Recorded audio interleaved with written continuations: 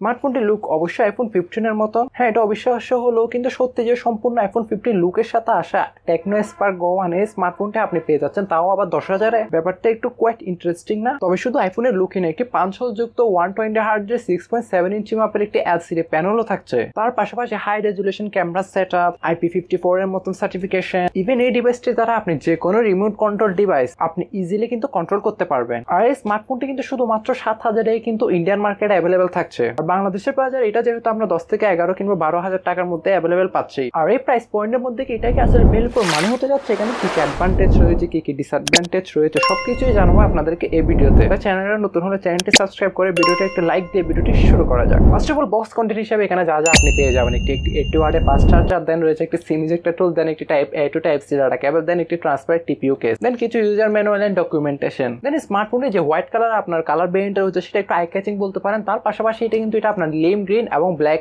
এই দুটি কালারও কিন্তু অ্যাভেলেবেল থাকবে। এই ডিভাইসটা ডিজাইনটা মিন্স পছন্দ হওয়ার মেন কারণ হচ্ছে গিয়ে স্মার্টফোনের যে ব্যাকের ডিজাইনটা রয়েছে সেটা কিন্তু অনেকটা আইফোন 15 কিংবা 15 প্লাস এর মতো, যেখানে আপনার ব্যাকে কিন্তু থাকছে প্লাস্টিক, ইভেন ফ্রেমও কিন্তু থাকছে আপনার প্লাস্টিক। তবে ওভারঅল স্মার্টফোনের ডিজাইন আপনার পছন্দ হয়েছে কিনা তা আমাকে অবশ্যই কমেন্টে জানাবেন। অনেকটাই আইফোন 15 বা বক্সি টাইপের ডিজাইনের সাথে আসা স্মার্টফোনটি ফাউন্ড আসলেই পেয়ে যাবেন কিন্তু 6.67 ইঞ্চি মাপের একটি ডিসপ্লে, যেটা অবশ্যই একটা IPS LCD প্যানেল, যেখানে রয়েছে আপনার 120 হার্টজের মতন ফাস্ট রিফ্রেশ রেটের সাপোর্ট। তবে হ্যাঁ, এখানে রেজুলেশন হিসেবে আপনার HD প্লাসই দিয়েছে। তবে কতটা অনেকের খারাপ লাগতে পারে, তবে আমি বলি এই প্রাইস রেঞ্জে কিন্তু বেশিরভাগ স্মার্টফোন HD প্লাস রেজুলেশনের সাথে লঞ্চ হয়। তবে যেহেতু ডিসপ্লের আপনার সাইজ, তবে ডিসপ্লেটা আপনার মোটামুটি বড় হওয়ায় অফলাইন মার্কেটে কিন্তু অনেকেরই প্রথম নজরে এই ডিসপ্লেটি চোখ কাড়বে। আর এই ডিসপ্লেতে আপনি কন্টেন্ট বলুন বা মাল্টিমিডিয়া ওয়াচিং বলুন, সেই ক্ষেত্রে কালার ক্যালিব্রেশন কিন্তু অ্যাভারেজে ছিল বলতে পারেন। তবে স্মার্টফোনে যখন আপনি নিউলি ওপেন করবেন সেক্ষেত্রে কিছু বাগবাল্যকের দেখা দিতে পারে, মিনস কিছু থার্ড পার্টি অ্যাপের দেখা দিবে, যেগুলো চাইলে আপনারা আনইনস্টল করে দিতে পারেন। এখানে আপনার OS হিসেবে থাকছে Android 14 Go এডিশন, আর UI হিসেবে কিন্তু এখানে রয়েছে HiOS 14। তবে Go এডিশন থাকায় হ্যাং এবং ল্যাগের দেখা কিন্তু একটু কমই দেখতে পাবেন। দ্য মেইন রিজন ইজ এই Go এডিশনটা খুব বেশি লাইট ওয়েট বলতে পারেন,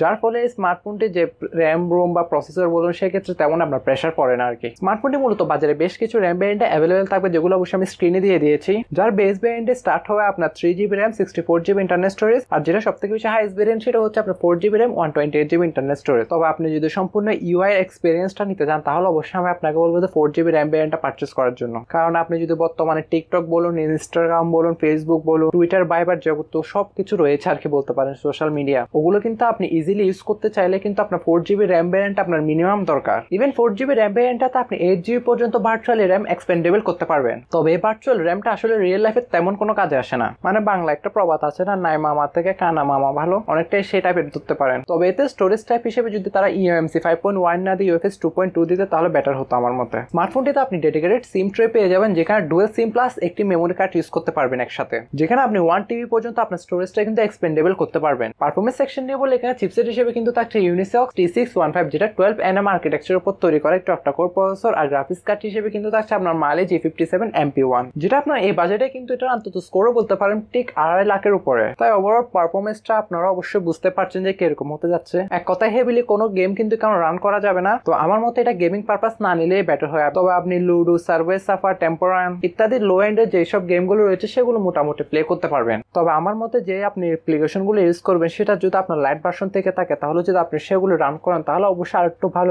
UI এক্সপিরিয়েন্সটা পেয়ে যাবেন আর কি। এতে পাবজির মতন গেম আপনি 30 FPS রেখে প্লে করতে পারবেন। তবে হাই এন্ড গেমগুলো আমি না করার জন্যই কিন্তু অনুরোধ করব। তবে ফ্রি ফায়ার গেমটি আপনি লো গ্রাফিক্সে রেখে মোটামুটি প্লে করতে পারবেন। ব্যাকে দেখতে দুইটা ক্যামেরা সেন্সর মনে হলে এখানে কিন্তু কাজের সেন্সর একটাই আপনার 13 মেগাপিক্সেলের আপনার রিয়ার ক্যামেরাটি, দেন রয়েছে 8 মেগাপিক্সেলের একটি selfie camera with dual LED flash, যেটা অনেকটাই আইটেলের ফোনের আপনার সিগনেচার ফিউচার বলতে পারেন, যেখানে ব্যাক ক্যামেরা দ্বারা আপনি সর্বোচ্চ 1080p 30 fps ভিডিওগুলো শুট করতে পারবেন। আর আপনি যদি ফটো কোয়ালিটি বলেন অনেকটাই অ্যাভারেজ টাইপের বলবো আমি, যেহেতু আপনাকে বাজেটটা একটু কনসিডার করতে হবে। রাতের বেলা তেমন ভালো ছবি আসা না করলেও কিন্তু আপনি ডে লাইটে মোটামুটি ভালো লেভেলের ছবিগুলো ক্যাপচার করতে পারবেন। তবে হ্যাঁ, স্মার্টফোনে যদি আপনি মাল্টিমিডিয়া বা কন্টেন্ট ওয়াচ করেন সেক্ষেত্রে কিন্তু আপনি ডিউল স্টেরিও স্পিকারের সাপোর্ট পেয়ে যাবেন। তার পাশাপাশি কিন্তু আপনার IR ব্লাস্টার এবং 3.5 এর হেডফোন জ্যাকটাও কিন্তু পেয়ে যাবেন। আর IR ব্লাস্টারের কাজ অবশ্যই আপনারা জানেন, মূলত আপনার যেগুলো রিমোট কন্ট্রোল কিন্তু ডিভাইস রয়েছে সেগুলো কিন্তু আপনি রিমোট ছাড়া এই স্মার্টফোনটি দ্বারা কিন্তু কন্ট্রোল করতে পারবেন। যাতে থাকছে কিন্তু আপনার সাইড মাউন্টেড ফিঙ্গারপ্রিন্ট স্ক্যানার, দেন সফটওয়্যার বেস ফেস আনলকের সুবিধা। সম্পূর্ণ স্মার্টফোনটিকে কিন্তু ব্যাকআপ করার জন্য থাকছে আপনার 5000 mAh এর একটি ব্যাটারি, দেন 50 ওয়াটের একটি চার্জিং ব্রিকের সাথে আসা স্মার্টফোনটি ওভারঅল যদি আপনি 10,000 টাকার মধ্যে পেয়ে যান তাহলে সেক্ষেত্রে আপনি আমরা চয়েস লিস্টে রাখতে পারেন